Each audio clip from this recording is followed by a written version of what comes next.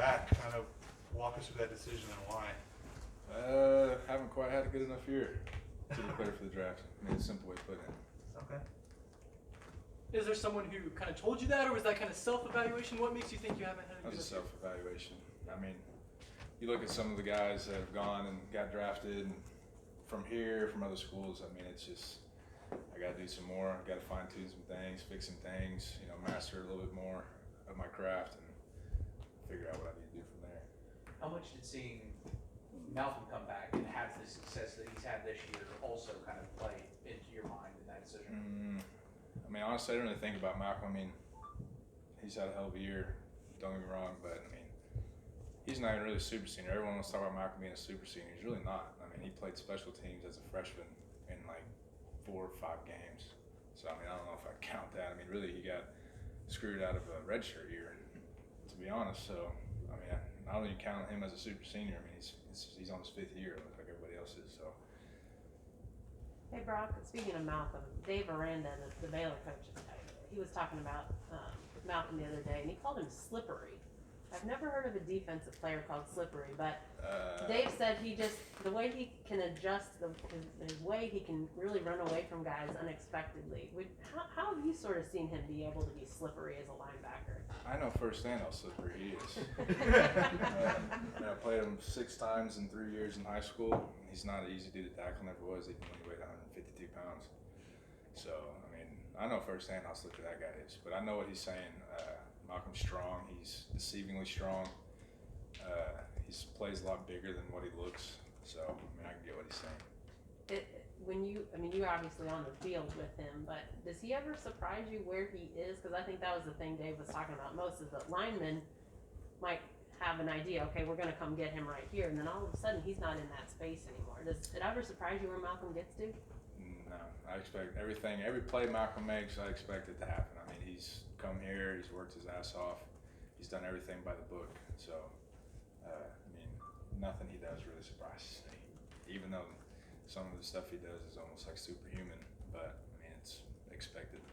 Brock, you've been around. Played each other all the way back to high school. Tell me about the bond that you share with Malcolm out on the field, and how much better has he made you as a football player out there as well? When I screw up, he's got my back. When he screws up, I got his back. He knows what I'm supposed to do. I know what he's supposed to do. So, I mean, we sometimes have similar jobs, and we can kind of interswap. You know, if I go outside, he's inside. If I'm inside, he's outside. You know, it's kind of a linebacker's job, but we kind of, I mean, there's no doubt that he's going to fix what I screw up, and I don't think he has any doubt that I'm going to fix what he screws up. And Brock, you've been around a long time, working to build this program. You guys are on the cusp of something. You win this game, really good chance you're going to make the college football playoff. Is it difficult to not think about that and the opportunity that's beyond this game and focus just on this game, or how do you mesh those two things? If we don't win this game, we're not going to make it. So, I mean, that's pretty much the end of it. If we don't win, if we don't focus on this week and win this week, we don't have to worry about the playoffs. Our season will be over besides the bowl game. Have you thought about what a playoff could do for OSU football and for your legacy?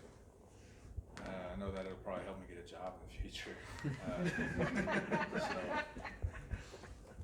But, I mean, if you go back and think about the 2011 team and all the success that Oklahoma State's had, you know, 2012, 13, 14, 15, you know, 15 they got ranked all the way up to number 4 or 5, I think. So, I mean, it's kind of like, when success like that happens, it kind of just carries over momentum, you know, recruits and everything else. So hopefully we can do our thing this weekend and win this game and win our first Big 12 title since 2011. Brock, you mentioned that 2011 team. You got to see them come back and get honored this year. I guess, what do you recall about that night and knowing what you guys could do this weekend? To be honest, I tell Rashedi Jones and Coach Jones and Coach Bladnick, I tell them all the time I'm tired of hearing about the 2011 team. So I'm trying to be the team that replaces that team. You know, they get talked about all the time. You know, all the greats, the Justin Blackmans, you know, Brandon Wheaton, those guys, Bladnick, and you know that team. So I tell them all the time that we're going to replace them and hopefully replace them, so I don't ever have to hear about them again. Now that you've announced you're coming back, do you kind of turn into a recruiter for some of those guys who can come back? No, I mean, I've talked to them. You know, a lot of guys trust me, and I trust them, and so you know they talked to me about it and what went into my decision and what I think they should do. But at the end of the day, it's up to them. I mean, they're grown men. They're 22, 21, 22, 23 years old. So at the end of the day, they got to make their own decision. So You have a lot of grown men on this defense.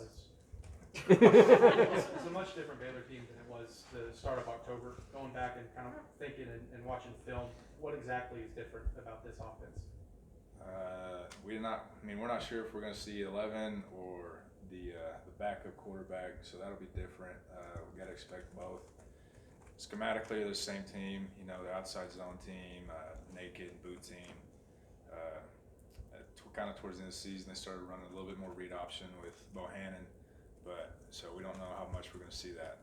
You know, with him being out or not being out. You know, he pulled a hamstring, and from what we know, it looks like it could be pretty serious. So, I hope he's healthy. I hope we get a full 100% healthy Baylor. You know, you don't like, winning championships on a team that's not 100%. People talk a lot about the super senior leadership of this team, but you're a guy, like Barry said, who's been around here for a while. When you're in a situation like that Bedlam game, when it gets to the third quarter, what kind of role do you take to try to kind of rally the team in a situation like that? Calming everybody down. I mean, it's a big game. There's a lot of emotion in it. We don't like them. They don't like us. When bad things kind of started to happen there in the third quarter with the, offside safety that wasn't called, and then the muff punt for a touchdown, everybody was like, God dang, like, here we go again, type of deal. So getting everyone's heads right, that's kind of like the position that I took.